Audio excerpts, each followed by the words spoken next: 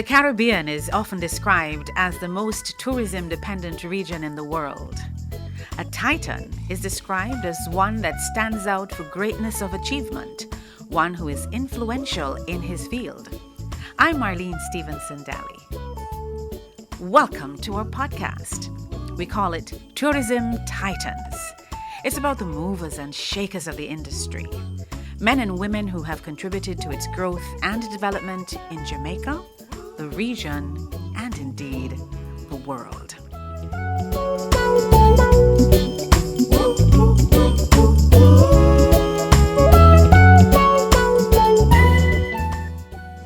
Jason Henzell is chairman of the family-owned, award-winning boutique hotel, Jake's, which opened almost 30 years ago. We're like 1 month out to the date. And Jake's home is the community of Treasure Beach on Jamaica's south coast. A lot of hidden gems on that side of the island. He's a social entrepreneur and an advocate for sustainable community development. And he's also the founder and chairman of Breds. We'll talk a little bit more about Breds and the Treasure Beach Foundation, which promotes education, conservation, and sports for social change. Jason, it is so good to have you. Welcome to Jamaica's Tourism Titans. Thank you so much. Thank you. It means a lot to be invited here. We know you've had some incredible persons on the program before. Mm-hmm. So I feel very esteemed to be among them. Indeed, and you should. You have earned their stripes. We won't get into all of the accolades right now, but we're going to just talk a little bit about Jason Henzell and what makes you tick, what makes you who you are. And of course, we want to recognize the contribution that you have made to the South Coast in particular and Jamaica's tourism industry in general. So where did you grow up? So I grew up in Kingston until I was 7. Mm-hmm. And then we moved to the country, Runaway Bay. That was a big change in my life because my father realized he had to go and travel the world as an independent film distributor for the harder they come to really take root, because it was never a commercial movie. Mm-hmm. It was always an independent movie. So our life shifted drastically. I was taken out of private school. We moved to a house that had been abandoned for a very long time. Mm-hmm. No electricity, no indoor plumbing. And I would walk to school, to the Barbara Hall Basic School. That was about 4 or 5 miles away. Yes, each way. So it was a big shift for me, but I think I'm here today largely because of those experiences. You mentioned your dad. We're talking now about Perry Henzell, the movie maker, and I remember The Harder They Come when it came out. It was quite a hit. Yes. And even today, people still watch The Harder They Come, and the soundtrack is so potent with Mr. Jimmy Cliff and all the others who participated. The soundtrack is the second reggae soundtrack of all time to be inducted into the Music Hall of Fame, the Library of Congress. Mm-hmm. So that meant a lot to us. And of course, we're going up next month to see the musical at the Public Theater in New York. Yes. So that is a massive achievement. Last year was the 50th anniversary, and my sister Justine really worked with Jimmy to put on an incredibly special celebration for that. Tell me a little bit about your dad. Yes, we know him as the filmmaker and all of that, but what kind of a dad was he? Yeah, he was a workaholic, to be honest, right? So there were times I knew he loved me, but there were definitely times where you knew that he took his work extremely seriously. Mm-hmm. And I could see that as a kid on many different occasions. I remember as a child, these two persons coming in and him being in discussions with them for hours on our veranda. And it was Claudia Mossop and Bucky Marshall. And I could just tell the tension and the level of conversation and reasoning, and it went on for hours and hours and hours. So as a kid, I wouldn't have known the depth of it, but I knew that there was something very serious happening, and I knew that he had a way of connecting with them So For persons who have no clue who these persons are, put it in context. These were pretty serious political activists back in the 70s for the PNP and JLP parties. Back then, Beverly Manley was actually my father's secretary, and Michael actually met her at our home because where we lived was also where Dad worked. So we lived at the house up the top at 10A West Kings House Road, and then Vista Productions, which was his production company, was down the bottom of the same yard. So every single day, you would just see these characters, musicians, writers, people auditioning, all walks of life would come in, especially after the movie came out. Everybody wanted a break. Absolutely, absolutely. So, you never knew who was going to be at the breakfast, lunch, or dinner table from one day to the next. But he sounded like quite an inclusive guy. Oh, yeah. But, back then you have to remember when we moved to Runaway Bay, we had no phone. We didn't have electricity, much less a phone. So he didn't know when he was coming back. He literally said he'd go to Miami Airport and just make calls, and then that would determine where he would go next. So he could have been gone for 2 weeks, 2 months, 4 months, and I remember, every now and then you'd see a guy coming up the driveway with a telegram. Those were the days. And it would be a message from him saying where he was and when he was expected back or what other journeys he was going to go on. So, as I said, we had an incredible relationship. I know he loved me, but at the same time, his work came first. Yes. And my mother knew that, and my sister and I both knew that. So you have just Two sisters. Two sisters? Yes. One lives in Atlanta, and Justine, of course, who is always known for putting on the Calabash Festival, among many, many, many other things. Yes. All right, before we get to Calabash, because I remember coming to Calabash as a broadcaster many, many years ago and meeting, was it Earl Lovelace, I think, at the Treasure Beach Hotel at the time, and it rained profusely. I mean, I have very vivid memories of that festival. But you left Runaway Bay and then? Okay, and then I went to boarding school at a very young age. I went to 8 different primary schools. You mean between Kingston and St. Anne? Including Kingston. Hillel Academy is where I started. And then the last prep school that I went to was a military academy in Virginia. The only school that I went to outside of the Caribbean. And then I joined my grandparents in Grand Cayman and went to high school there. Okay. So what brought you back to Jamaica? So after graduating in 1986, I started working at the Hyatt Hotel. As a night auditor, so going to work at 11 o'clock at night, and then moved up to front desk manager. And then 2 Jamaicans approached me about opening a restaurant in Cayman, Hugh and Tony Hart, both cousins. Yes.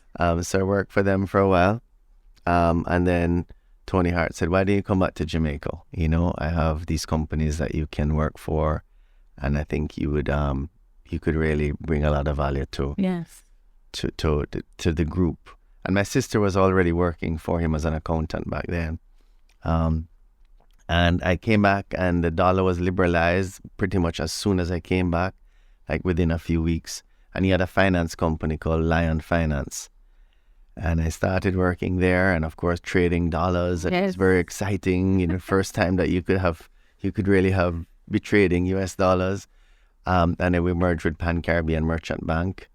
And it's funny because I'd always wanted to be a banker as a child. Yes. Because both my parents were artists and I wanted to be more stable. Yes, you wanted something different. I wanted something more stable and different. So banking in my mind was like the most stable thing you could ever imagine. So I cherish my memories at Pan Caribbean Merchant Bank, and I'm being, I think, the youngest branch manager in Jamaica at that time at 21 years old.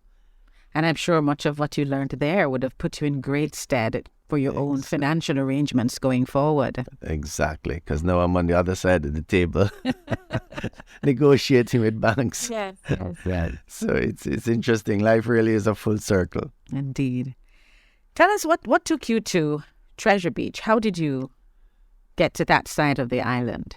Okay, so my grandfather built a cottage there in 1941, the year my mother was born. So she went down her entire life because that was their beach house. And it was really Mandeville people who really, first started to come to Treasure Beach, of course, apart from the people who lived there. And then when Justine and I were born, that was the family beach house. So, for summers or for Easters or Christmases, we would go there. And we just had an incredible childhood going to this little fishing village. And I remember us surfing waves all day. Down there they say, we're going to shot the wave. Right? Right? So, literally all day we'd be in the sea, shooting waves, surfing waves, body surfing with local kids. And I remember my grandparents had a lady called Doris Gold, who used to cook for us. And she'd have to call us out to the sea to come up and eat. We didn't even want to get out. Yeah, you'd spend all day in the ocean. So then later on, when my grandparents passed on, they left the beach house for my aunt, my mother's only sister, and the family house for my mother. But she said, no, I want a piece of Treasure Beach too. And she already had a family home. So she sold the family home, and the place that came up for sale or that she found was literally just 2 lots over from the original house. Okay. 2 lots over. And it was originally called Barracuda Hole.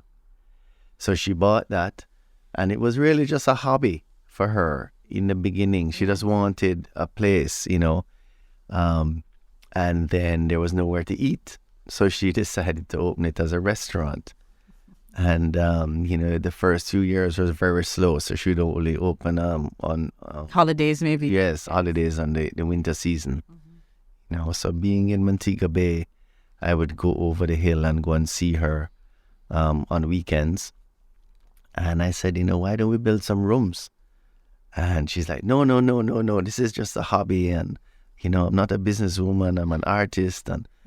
And I said, let me check it out. So I inquired, and the land beside was for sale. But it was 8 times what she paid for hers.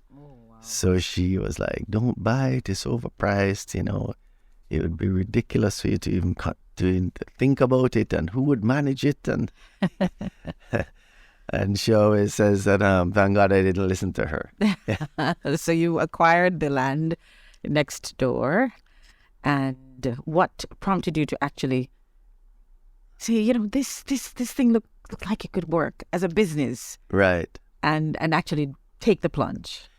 It was really just going back to my childhood memories and knowing that there was something very special about this place. And then I would look around, and the only people were German backpackers. And I just said to myself, the reason people aren't coming is because they don't know about it. And, they say that in life, you have to be very aware of how fortunate you are and how lucky you are. And we were invited to be a part of Chris Blackwell's collection of hotels called Island Outpost. Yes. So that gave us access to a lot of media and his public relations machine. And then, of course, the whole birth of the internet and Digicel coming into Jamaica. I'll never forget getting this little box with a Digicel phone. And it said, you can turn it on and, talk to anybody. Yeah. Anywhere in the world. Before that, you'd have to drive to Black River to make a phone call.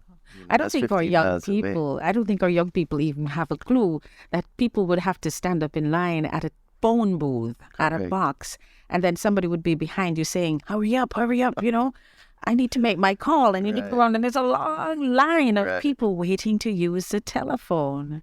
Yeah. Now it's something that we just take so much for granted. For sure. But, we started to get press, and people started to arrive from America and Canada and England. And we just took the money that we made and said, okay, next year we're going to build 2 more rooms. And the next year we're going to build 2 more rooms. And being a part of Island Outpost, do you think that gave you a greater sense of character for what you were developing? we felt like we were part of something bigger than ourselves. Chris Blackwell approached Island Outpost the same way he did Island Records. So it was about the artist. It wasn't about the label. So it was about Bob Marley. It was about, U2 or anyone that was signed to him. So Jake's had its own character, and Strawberry Hill had its own character. GoldenEye had its own character, So I give a lot of praise and thanks to those early years of getting us onto the map, so to speak. Yes. With Island Outpost, and he said that we reminded him of Millie Small, because here was this little humble little girl from the country, but then they put a microphone in front of her, and she was just so unique. So he said we were the kind of underdog. We were the little one off the off the beaten track. Yes. But then the truth is, the journalists really responded to that, and when they came and they saw the landscape, and they saw my mother's architecture, and they saw how people lived, the fishermen, the farmers, how industrious they are, the mulch farming, then the story was just there for them to write. Yes. And the community, the sense of community that you get when you come to the South Coast. And you look at Jake starting out with 2 rooms? How many rooms are you now? Oh, yeah, we're 75 rooms now. And celebrating 30 years in another couple of weeks on the 7th of March. That's correct. It was my father's birthday. And he kept saying to my mother, when are you going to open? When are you going to open? And she kept delaying. And he said, look here, you're going to open on my birthday. I don't care. So remember, this was the restaurant. And it was in a little Spanish wall house. That's, I think, 120 years old. That's still the heart of Jake's. Every time I look at that lovely little wattle and daub, Spanish wall house, I just think there were our beginnings. Yes. Humble beginnings, and we should never forget that. So to be interviewed today as a titan is Oh, you're well deserving. There's so many things that we can talk about. And before we go to the break, I want to talk a little bit about the Calabash Festival. How did that come about? Yes, your parents were artists, and it's within that artistic context. Right. But how was that birthed? Okay, so Kwame Dawes and Colin Channel were going around the country looking at different venues, and they said that wherever they went on book tours and book festivals, they were treated pretty much like an afterthought. They meaning just the authors and the poets. It was all about the audience. In other words, it was the consumer first, and the author and the creative person second. Yes.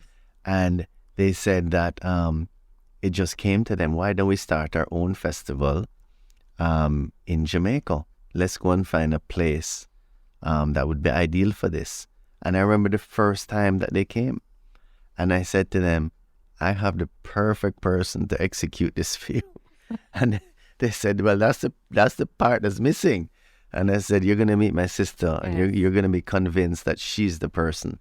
And they just hit it off, and look at what it is today. It's among the top 5, literary festivals in the world. Yes. Something we're so incredibly proud of. Tell me some of the names of authors and poets and creatives that have actually passed through Calabash over its several years. Who stands out? I mean, Jamaica Kincaid is one that stands out for sure. Sadie Smith. You had Salman Rushdie, of course. I remember when he came, there was security, and he was like, I don't want any security. I don't want police following me up and down. So, it's really been humbling to see all these Nobel laureates coming to this tiny little fishing village. Yes. And giving of themselves, and they don't charge because it's a free festival. So the fact that they could come all this way, mind you that we have good sponsors, the Jamaica Tourist Board, and others with Cinco. So, we pay for their flights and their per diems and stuff, but they're usually paid quite big money to read, right? Yes. So they come and it's a free festival, and, we expect 5,000 people over the 3 days, and it really is an unbelievable experience for the people who haven't. Yes, for those who haven't had an opportunity to, I've had, and it's quite, I'm not so sure what the word is, but it's breathtaking. Yes. Takes your breath away. Yeah, it really is. And people feel kind of, liberated. And there's a sense of freedom of expression that takes place on that stage that is very, very, a very powerful thing. Yes. My special guest inside the Jamaica's Tourism Titans is Jason Henzell, social entrepreneur and a gentleman who has been awarded several awards for his contribution to Jamaica's tourism industry. We're going to take a little break. When we come back, we'll talk a little bit more about the Jake's Off the Road Triathlon. That is another product that has been going for many years, and so much more. We'll be back in just a moment.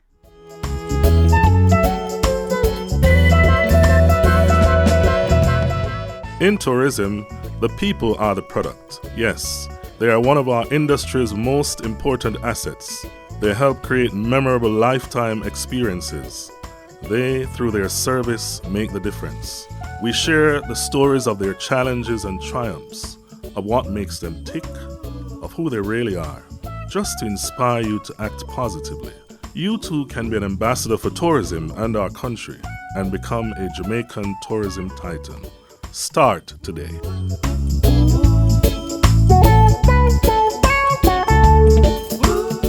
TPDCO's Explore Jamaica has insights into licensed tourism entities across Jamaica. Visit the Google or Apple Play Store and download the app today.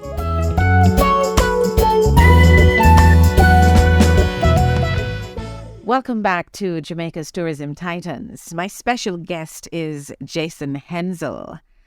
Under his leadership, Jake's has won numerous awards and accolades. These include the Jamaica Hotel and Tourism Association Hotelier of the Year Award for Most Distinguished Service, the Environmental Audits for Sustainable Tourism Project, Environmental Ambassador, Hotel Sector to Jake's for their outstanding contribution and efforts in promoting environmental stewardship and sustainable development in Jamaica. They've also won the NCB Nation Building Award in 2010 and the Respect Jamaica Award in 2015 for outstanding partnership. They're also awardees of the Condé Nast Traveller Reader's Choice Award, and that was as recent as 2021. And of course, Jason himself was voted as one of the 50 under 50 business leaders shaping Jamaica's future by the private sector organization of Jamaica and the Gleaner Company in 2012. Lots of accomplishments. And, I like to talk to people who have gone down that road. Because if you've never gone down the road, you don't have any experience in the journey. There's nothing to tell. There's no story to tell. What would you say has been perhaps one of the most challenging issues you've had to deal with? I don't like to call them problems. No, challenges. Wow. I would imagine improving water supply to Treasure Beach, because, when you look at these infrastructure projects, they're very costly, and you need to be very aware that you're not the only one in the country that is short on water, and that the farmers need water, and the residents need water, and of course visitors need water. So it's a balancing act, and you have to have empathy, you have to have patience, and you also have to look at it from an economic impact angle as well. So Albin Hill is a businessman, right? And I was able to sit with him and say, look, this is the amount of water that we're losing because the pipes are 70 years old and they're leaking, and this is the amount of leakage, and this is what it's costing us per year. And you have to look at it from an economic point of view and then a social point of view, and put it all together and just keep lobbying and just keep asking for your little piece of the pie. Your piece of the pie, your application to be considered, knowing that there are many, many other needs. Yes. So that would probably be one of my largest challenges. Yeah. And it continues, and, it will happen in time, and it will be great when it does.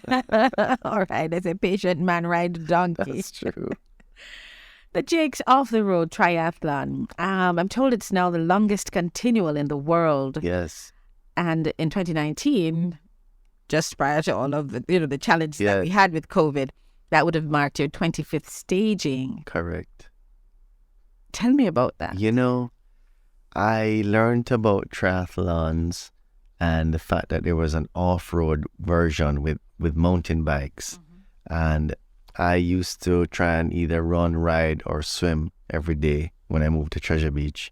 And I said, you know what, this would be an incredible marketing opportunity for Treasure Beach, because it would show pictures of the beaches and swimming, and then going up into the farms and the mountain biking, the different landscape up in the hills, and then running across the plains and into Jake's as a finish line. So it starts in Great Bay, and you cycle up into the into Lewistown and over into Bluntus and Bacon, come back to Jack Sprat and transition back to Great Bay, and you finish off at Jake's. And I thought that it'd be a great market to develop. Sports tourism is good for kids, locals and visitors. We also have to realize that Jamaican children are typically told not to swim because, school trips can't, for instance, include swimming. So we actually have a very low rate of students who know how to swim. Not just the children. I'm always amazed that we are surrounded by water. Correct. And so few of us can swim. Correct. And it's not just Jamaica, because I've been to many other Caribbean countries where it's the same thing. And in a fishing village, everyone knows someone who was drowned. Yes. That's the difference. Yes. So their parents say, don't go near the sea because your uncle drowned. Right, stay right up there on the sand. So that was a part of it as well. So that led later on to us building a swimming pool at the sports park and partnering with UNICEF and an entity called Little Swimmers. And we've now trained over 600 youth how to swim. And, when someone learns how to swim, their self-esteem is they're empowered. They're empowered. Yes. It's a life skill. Yes. Whereas a lot of sports, if you're not good at sports, you feel like, I don't even want to participate. But swimming is... You can go out there on your own and just do your thing. Correct. Yes. So that is one of the big wins that we've had over the years. And of course, it's a community-based event, so persons from the community get involved. For sure. Different legs of this. Yes. So you can either do everything yourself, or you can have a team. And we always have special prizes for the local persons who come in, and also children's prizes versus adult versus masters. So we try to be as inclusive as possible. And we say to people, look, there's no pressure. Don't think of it as a race, because it's a fundraiser for Breds. Everything goes back to the community. So think of it as an accomplishment as opposed to a race. And I think because of that, it's very successful.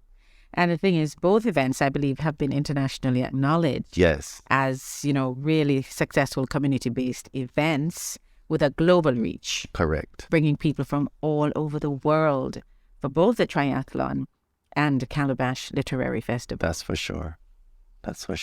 You mentioned Breds just now. Tell me a little bit about your involvement in Breds and how that started. So I grew up going to Treasure Beach and hearing fishermen hail each other as Breds. Short for brethren. Brethren. In America, they say bro, or brother, So it's a biblical term, and we wanted to name it something. We didn't want to call it the Jake's Foundation, for instance. We wanted it to be very locally based and have a local board of directors who would decide on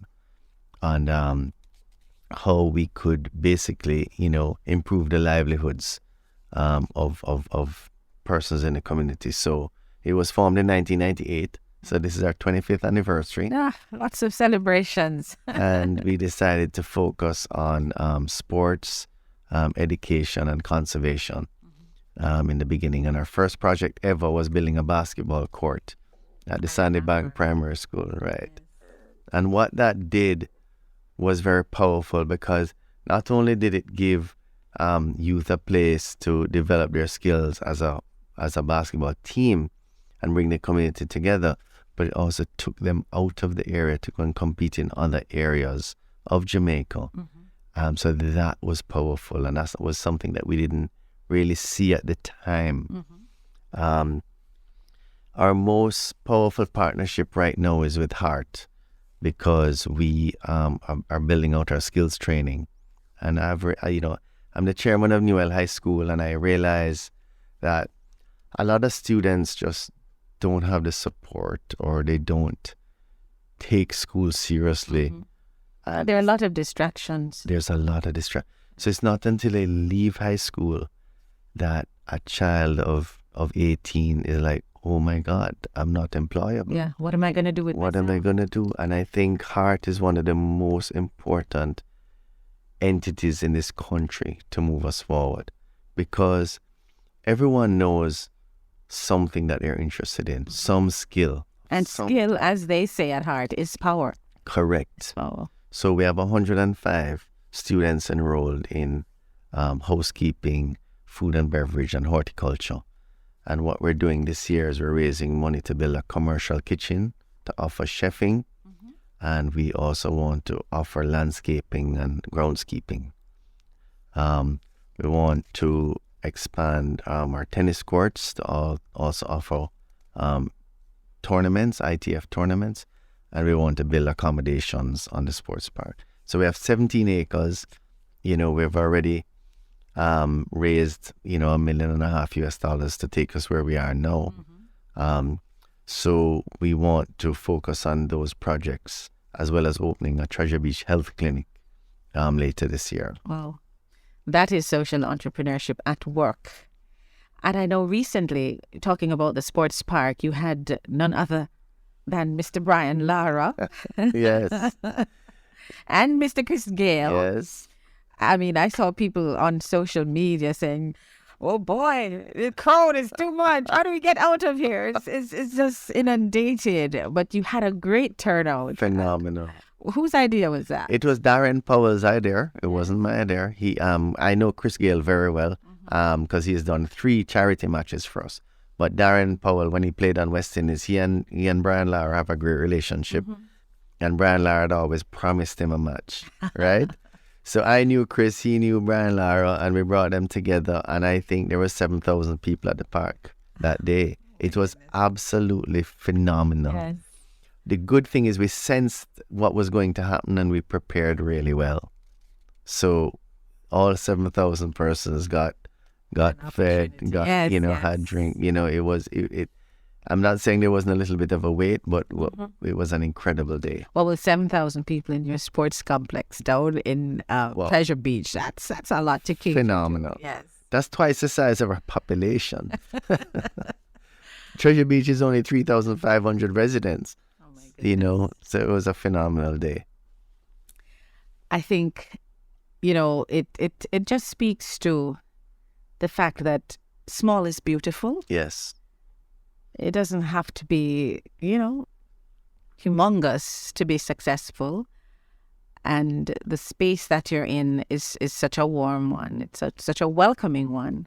And then people actually feel the benefit. Right. And I think, we hear the minister talking every so often about, it's not a trickle. It's just that everybody should be able to benefit from this very important industry, tourism. True. That whole saying of less is more. Sometimes you don't understand it when you're younger, and then you grow into understanding what that means. And one of the things I'm proudest of is lobbying for Treasure Beach to have the lowest density in the country. We are at 30 rooms an acre. where the next lowest is 50 rooms an acre. So we're almost half of the next lowest. And I think we were able to do that because of our farming base.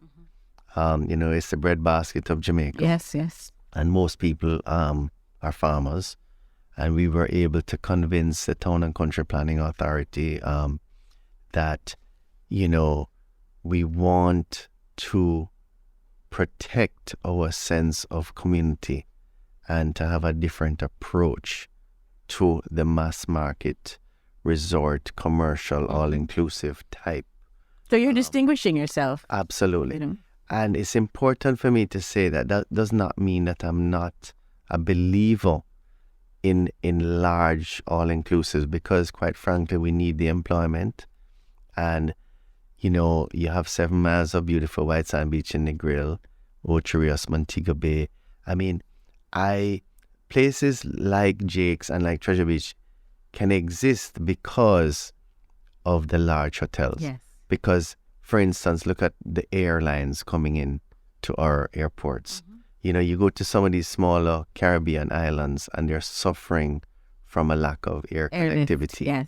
Right? Yes. So a Jake's does well because you have the mass. Correct. Tourism. And that's important to note, that you can have small, medium, and large density areas in your country, and it all connects back to complement each other. How important is this concept of sustainability to you? It's extremely important.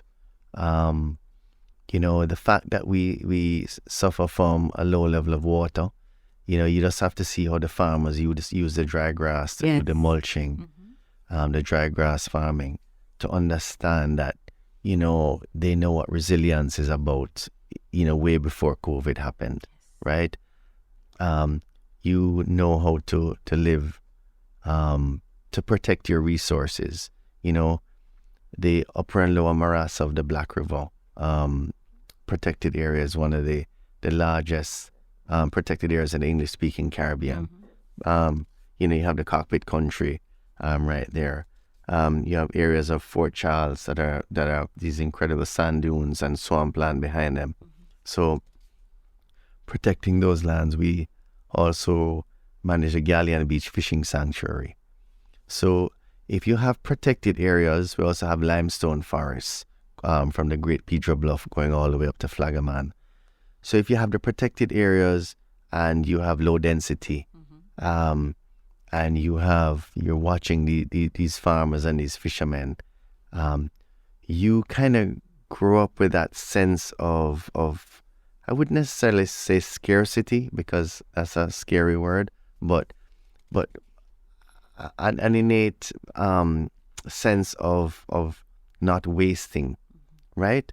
So, if you can have a solar water heater, do that. If you can have photovoltaics on your roof, if you can catch your rainwater. Yes. And I know it's one of the communities that actually does some of the rain harvesting. Yes.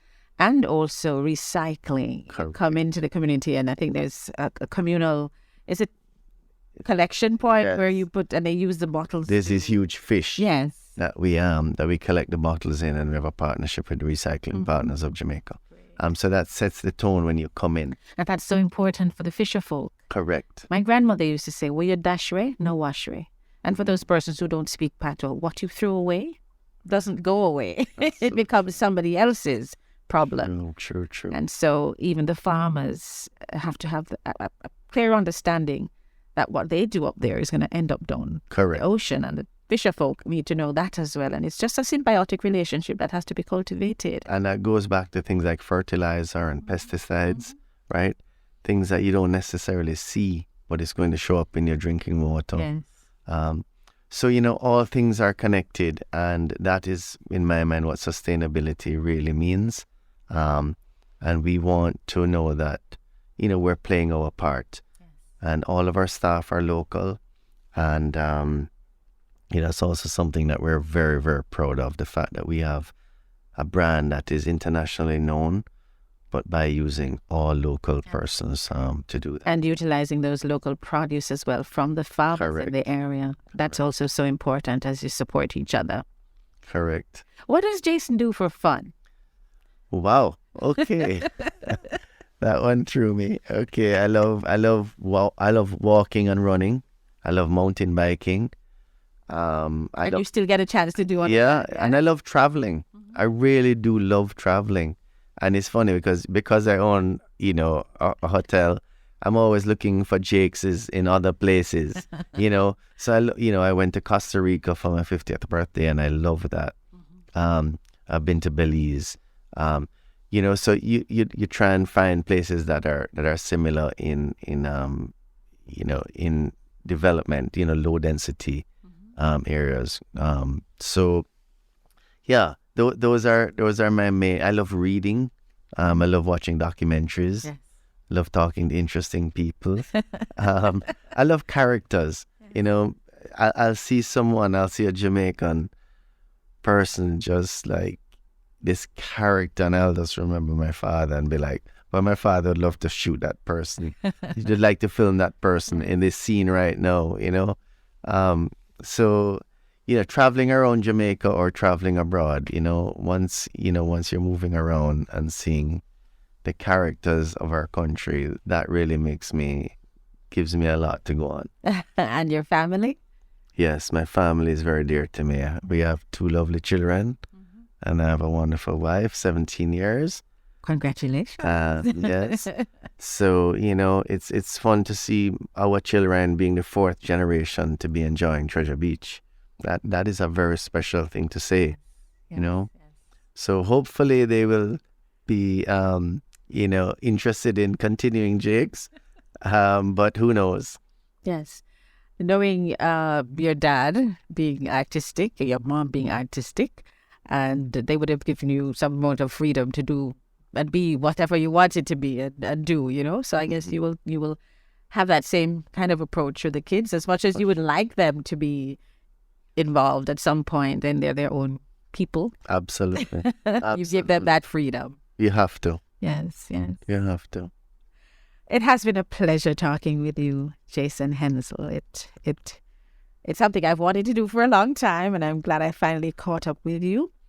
And I just want to wish for you all that's good. We didn't get a chance to talk a little bit about the ladies that are involved in Breds, because I know I recall, was it the Bread and Basket Food Festival that was attempted one year? Yes. Get into. We're gonna bring it back. You're gonna bring the it back? Food, Rum and Reggae Festival. Yes, We're gonna bring it back. yes. I have the right person to do it, and we're gonna be taking it forward. Okay, well, let us know when you're ready for that. And of course, we're happy Thank you. to share the information. And those persons listening in can, keep their ears tuned as well, Thank you. because that would be a good thing to come back to Treasure Beach. You have really poured a lot into your community, not just into your business, Jake's, but into the community. And for that, you were awarded by the Governor General the Order of Distinction in the rank of Officer. And this was in recognition for your contribution to tourism and community development through social entrepreneurship in the parish of St. Elizabeth and on Jamaica's south coast, off the beaten track. Thank you so much for being my guest. It has been an absolute pleasure. Thank you also. And we will talk again next time inside Jamaica's Tourism Titans. Until then, walk good.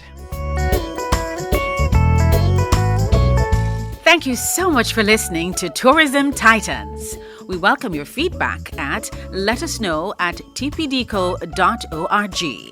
Leave us a comment, share, like, and follow us on Instagram, Facebook, and Twitter at TPDCOJA.